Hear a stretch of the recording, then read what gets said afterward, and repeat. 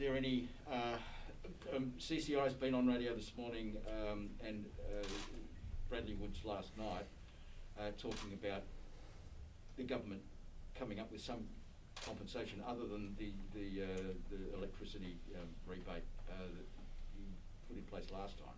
Is the government considering helping out with the bills? I'm very sympathetic to retail, hospitality and other businesses that suffered losses over the course of the last 3 days. And we'll look at what can be done. But a scheme in which there's applications and people put in claims for tens of thousands of dollars, that would be very difficult to administer and very expensive, and then we'd have to tax the same businesses to pay for it.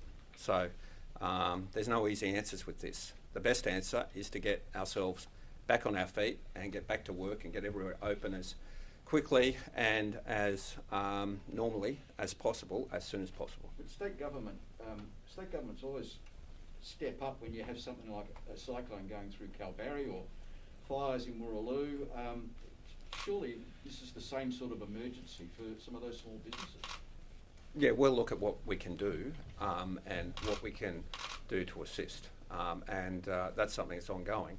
I just make the point that whatever we come up with, probably some people will say it wasn't enough. But the best thing we can do is get the economy back up as soon as possible. Just make the point also, our hospitality and retail sectors are going the strongest they have in history, the strongest growth in trade in history, in the history of Western Australia. In fact, the strongest in the history of Australia.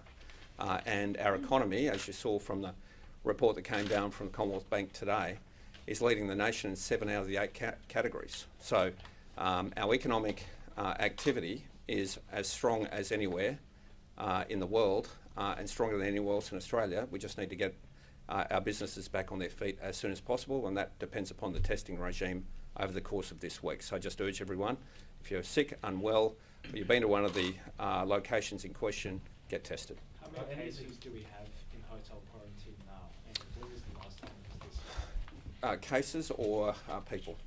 Cases. From memory, we have 2,250 people.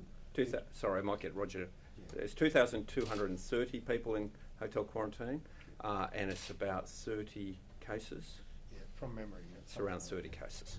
And that sounds like it's the highest it's been in quite some time. Well, we take the most per capita of anywhere in Australia into hotel quarantine, and the numbers of infected people are growing simply because of what's occurring in India.